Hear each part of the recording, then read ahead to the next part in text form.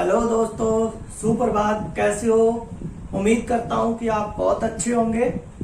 तो आज फिर से हम लोग एक नए टॉपिक के साथ उपस्थित हुए हैं। तो आज का जो हमारा टॉपिक रहेगा वो रहेगा उपसर्ग। हमने संधि कंप्लीट कर ली है। अगर आपने नहीं देखी है तो वो देख लीजिए। तो आइए आज हम शुरू करते हैं हमारा उपसर्ग। उपसर्ग मैं यहां लिख देता हूं। सबसे पहले तो आपको यह पता होना चाहिए कि उपसर्ग होता क्या है और इसका हमारे हिंदी के अंदर प्रयोग कहाँ हो रहा है, क्या काम करता है। तो जो उपसर्ग है वो दो शब्दों के योग से बना है, उप और सर्ग। उप का अर्थ होता है आगे या फिर पहले, और सर्ग का अर्थ होता है रचना या सृष्टि, निर्माण। ठीक है, यानी कि इसका अर्थ हुआ जो निर्माण करे, किसका? शब्दों का। जो नए नए शब्दों का निर्माण करेगा उसको हम क्या कहेंगे? उपसर्ग। लेकिन कैसे निर्माण करेगा? आगे लग के, पहले लग के। ठीक है, जैसे मैं यहां लिखता हूं, कोई भी शब्दांश होगा हमारे पास। ठीक है, शब्दांश का अर्थ है शब्द का अंश, उसके पहले लगकर, ठीक है, उसके आगे लगकर जब नए शब्द को की रचना करेगा तब क्या होगा? वो उपसर्ग होगा। कैसे? जैसे मैं यहां लिखता हूं पुत्र। ठीक है, अगर मैं इसको उपसर्ग लगाकर एक और शब्द बनाना चाहता हूं तो फिर मैं क्या लिख दूंगा? यहाँ सुपुत्र, या फिर मैं यहाँ लिख देता हूं कुपुत्र। ठीक है, अब मैंने दो शब्द बना लिए पुत्र से, क्या लगाकर? उपसर्ग बनाकर। कु और जो सु है वो क्या है? हमारे उपसर्ग है। जैसे मैं यहां लिखता हूं आगमन। ठीक है, तो इसमें आ क्या है? हमारा उपसर्ग। ठीक है, इसी तरह जैसे मैं लिखता हूं यहां पर प्रकार। ठीक है, कार के अंदर मैंने प्र क्या लगाया? उपसर्ग। इसी तरह जैसे प्रतिदिन, तो दिन में मैंने क्या लगा दिया? उपसर्ग प्रति लगाया। समझाई? इस तरह से ही हमारे प्रत्यय होते हैं जो शब्द के पीछे लगकर शब्द के नए शब्दों का निर्माण कर देते हैं। तो आज हम प्रत्यय तो नहीं कर रहे हैं, सिर्फ उपसर्ग कर रहे हैं। तो उपसर्ग की ही बात करेंगे। अब ये होते कितने हैं? बात आती है दूसरी कि ये होते क्या है, कितने हैं। तो उससे पहले मैं बताना चाहूंगा कि इसकी परिभाषा। परिभाषा क्या कहती है कि जो शब्दांश किसी शब्द के पहले, ठीक है, उप का अर्थ भी क्या होता है? पहले या आगे जुड़कर उसके अर्थ में विशेषता क्या कर देते हैं? उत्पन्न। उत्पन्न यानी पैदा कर देते हैं, अथवा अर्थ में कोई परिवर्तन ला देते हैं। ठीक है, यानी परिवर्तन। जैसे मान लो लीजिए यहाँ सुपुत्र था यानी अच्छा पुत्र, और कुपुत्र यानी बुरा पुत्र। ठीक है, जैसे मैंने लिखा यहाँ पर कार। ठीक है, दो शब्द बना दिए मैंने, दो शब्दों के आगे उपसर्ग बनाकर दो शब्द मैंने और बना दिए। अब देखते हैं परिभाषा के बाद में। ठीक है, ये परिभाषा हो गई हमारी। अब देखिए कि ये होंगे कितने। तो ये जो है हमारी मूल भाषा जो है कौन सी है? संस्कृत है। तो संस्कृत में इनकी संख्या जो है वो 22 मानी जाती है, और हिंदी में इनकी संख्या 13 मानी जाती है, और उर्दू फारसी के अंदर इनकी संख्या कितनी है? 19 मानी जाती है। कुछ अंग्रेजी के भी हैं। ठीक है, तो अब हम लोग, मैं पहले आज आपको क्या करवाऊंगा, सभी तो नहीं लेकिन जितना संभव हो पाएगा वो वाले उपसर्ग मैं आपको करवाऊंगा। तो आज हम करेंगे संस्कृत के उपसर्ग। इसको मैं रब कर देता हूं।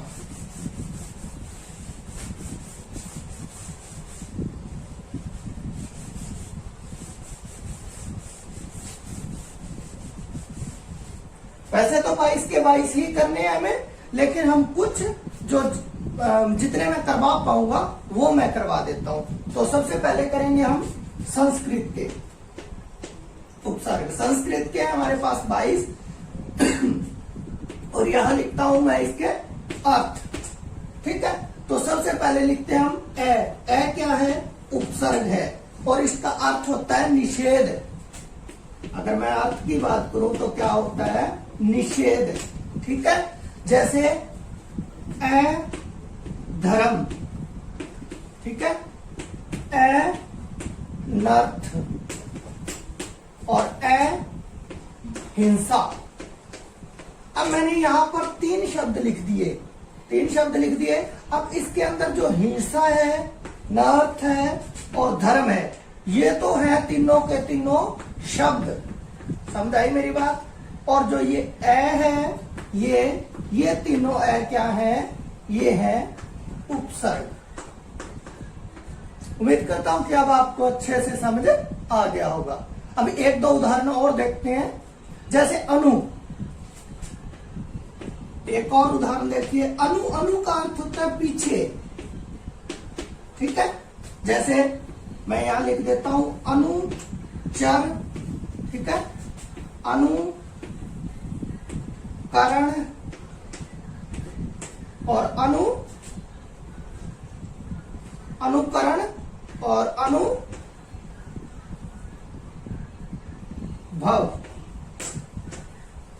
ठीक है, तो यहां पर जो अनु था वो तो हमारे क्या थे? उपसर्ग। और मूल शब्द क्या था? चर, करण और भव। ये हमारे थे मूल शब्द। समझ आया? चलिए आगे एक उदाहरण और देख लेते हैं। अभी क्या है? अभी का अर्थ होता है समीप। अभी का अर्थ क्या होता है? समीप। यह फिर चारों ओर, दोनों ही हम मान सकते हैं। जैसे अभी क्या लिख सकते हैं? नेता। अभी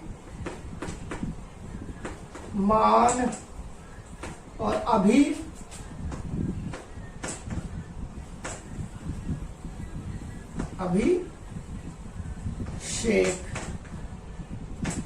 ठीक है, इसी तरह अब देखिए इसके अंदर क्या था?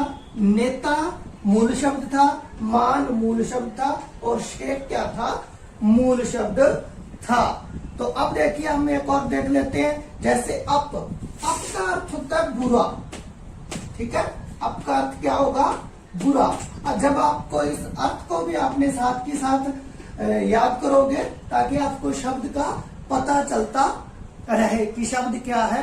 और शब्द आप इस तरह से 3 मैं आपको करवा रहा हूं, आप इससे ज्यादा भी कर सकते हैं, जितने आपकी इच्छा हो। बहुत सारे बनाए जा सकते हैं और आप ज्यादा से ज्यादा करोगे ताकि आपको ज्यादा से ज्यादा ये चीजें स्पष्ट हो सके। जैसे अप मैंने लिखा, अप यस हो जाएगा। ठीक है, अपमान हो जाएगा और अप यस अपमान और और क्या लिख सकते हैं? वाद। अपवाद। ठीक है, तो अब क्या है? इसमें वाद, इसमें मान और इसमें यस। ये क्या है? उपसर्ग है, शब्द है, मूल शब्द है। और अप क्या है? इसमें उपसर्ग है। चलिए एक और देख लीजिए। नेक्स्ट मैं लिख रहा हूं उप का अर्थ होता है समीप या फिर छोटा। उप समीप। ठीक है, जैसे उप मंत्री, उपकार, उप मंत्री हो गया, उपकार हो गया और उपमंत्री, उपकार और उपदेश या उपहार, कुछ भी लिख सकते हो आप। ठीक है, तो इस पे जो मूल शब्द है वो हार हो जाएगा, कार हो जाएगा और मंत्री हो जाएगा। ठीक है, यहां तक शब्द आया। तो एक बार मैं इसको रब कर देता हूं ताकि आगे कर सके।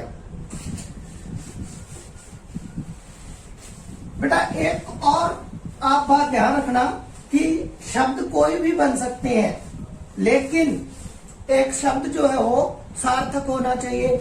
हम उपसर्ग का प्रयोग उसी में करेंगे जब शब्द होगा, पहले से शब्द होना चाहिए। अगर वो शब्द नहीं होगा तो हम उसके अंदर उपसर्ग जो है वो प्रयोग नहीं कर सकते हैं। इस बात का आप ध्यान रखोगे। सॉरी, इस बात का आप ध्यान रखोगे। तो उसके बाद में मैं लिखता हूं नी। नी का अर्थ होता है अभाव। नी का क्या अर्थ होता है? नी अभाव। ठीक है, अभाव यानी किसी चीज का कम होना। इसी तरह हम लिखेंगे नी वास, नी रोध और नी विकार। ठीक है, तो आप लिख सकते हो इस तरह से।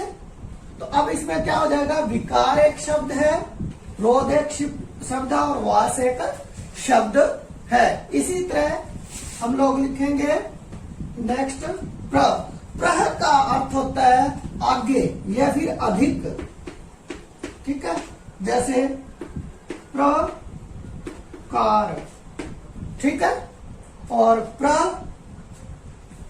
वहा और प्रगति। ठीक है, तो इसमें वा, गति और कार मूल शब्द है और प्र उसमें क्या लग गया? उपसर्ग लग गया। इसी तरह है प्रति। प्रति का अर्थ होता है प्रत्येक। प्रति का अर्थ क्या होगा? प्रत्येक। जैसे प्रतिरोध।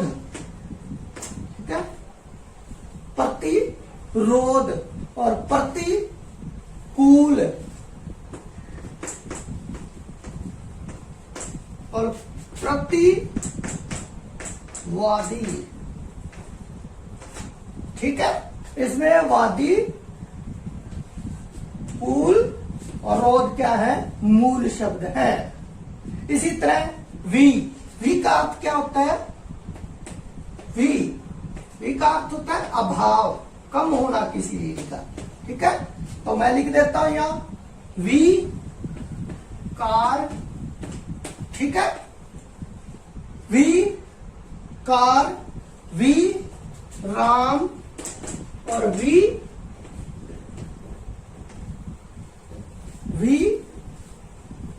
जय।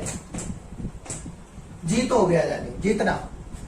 तो यहां पर जो जय है, राम है और कार है, ये तो हो गए बच्चों हमारे मूल शब्द। ठीक है, और वी जो है वो हमारा क्या हो गया?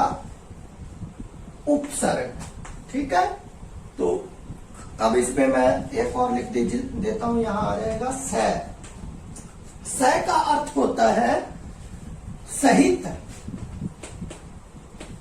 जैसे स परिवार, परिवार। स कुशल। ठीक है, यहां पर कुशल और परिवार क्या है? मूल शब्द है और स क्या है? हमारा उपसर्ग है। ठीक है, इसको मैं और रब कर देता हूं ताकि आपको एक दो और बताए जा सके। उसके बाद में आप जो बचेंगे वो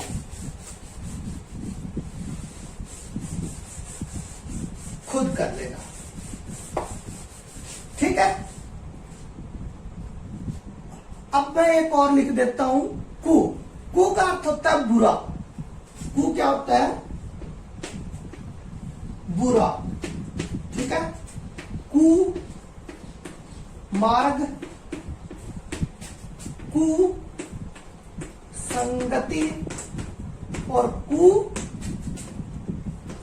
पुत्र। ठीक है। तो यहां पर हमारा जो है कु संगति और कुमार्ग, ये तो थे हमारे मूल शब्द। ठीक है। तो हम हिंदी के बस इतने करेंगे, मैंने जो मुख्य लगे वो मैंने करवा दिए। अब हम लोग संस्कृत के बस इतने मैं बता देता हूं, बाकी जो बचे हैं वो आप बुक से देख सकते हो, कर सकते हो। हिंदी के और देख लीजिए। हिंदी के क्या है? अन्न। अन्न का अर्थ होता है अभाव। अन्न, अन्न का अर्थ क्या होगा? अभाव। अभाव यानी किसी चीज का कम होना। अभाव में क्या हो जाएगा? अन्न होने। अन्न का क्या आ जाएगा? अन्न होनी। ठीक है। और अन्न पद और अन्न मेल, ये हिंदी का उपसर्ग है जो अन्न है। तो इसके अंदर जो हमारा मेल है, पद है और होनी है, ये तो तीनों क्या है? मूल शब्द है। ठीक है। क्या है?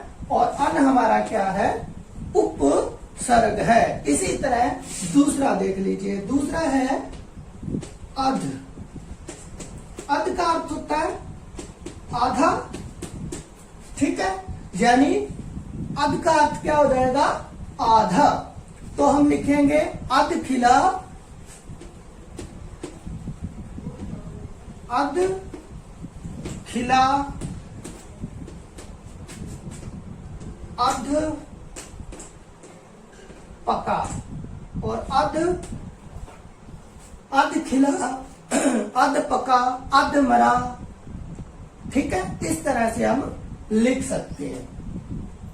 तो यहां पर खिला और पका मूल शब्द है हमारे, और जो अध है वो क्या है? हमारा उपसर्ग है। इसी तरह देखो कु।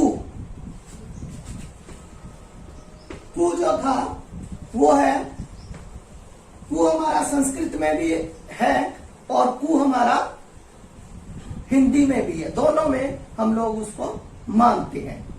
ठीक है। तो कु का क्या आएगा? बुरा। जैसे कु मार। ठीक है। कु मार्ग और कु पुत्र। ठीक है। जो भी बुरा हो सकता है। ठीक है। तो इसमें पुत्र, मार्ग और मार, ये तीनों हो जाएंगे मूल शब्द। अब आ जाता है बिन। बिन का अर्थ होता है निषेध। निषेध समझते हो? जो वर्जित हो। ठीक है। निषेध का अर्थ है अभाव। ठीक है। इसके बाद में है जैसे बिन जाना, बिन जाना, बिन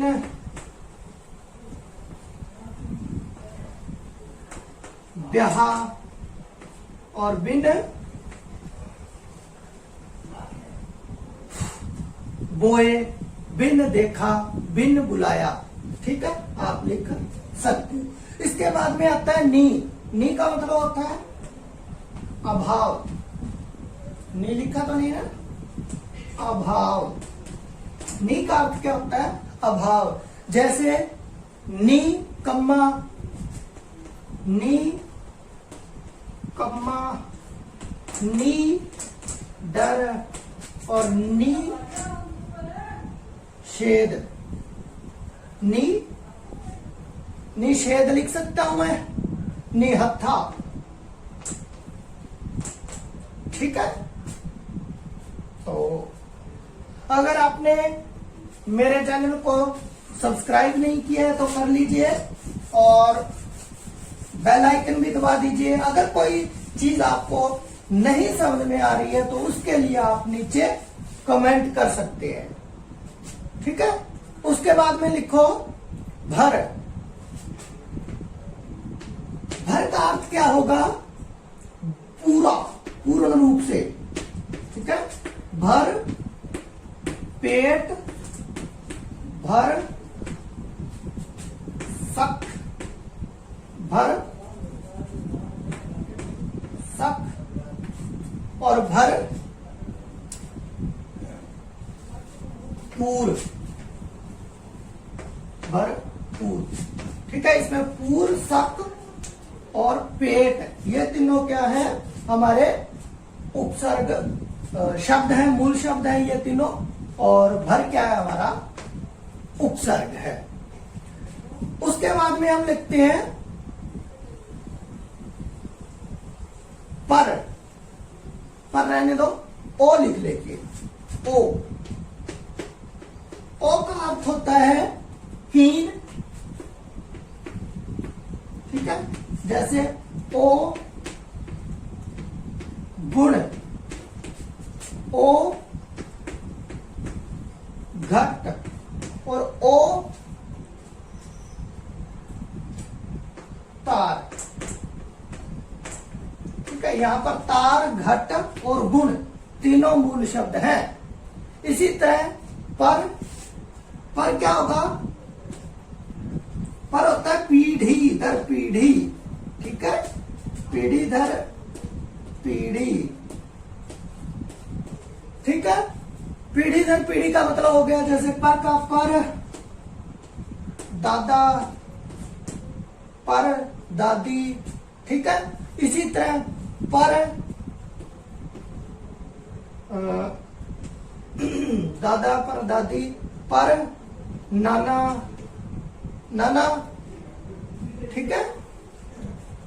और पर नानी, ऐसे आप लिख सकते हो। एक और लिख लीजिए जो। जो का अर्थ होता है चार, ठीक है। जैसे चो कन्ना, ठीक है। चो राहा, चो मंजिल,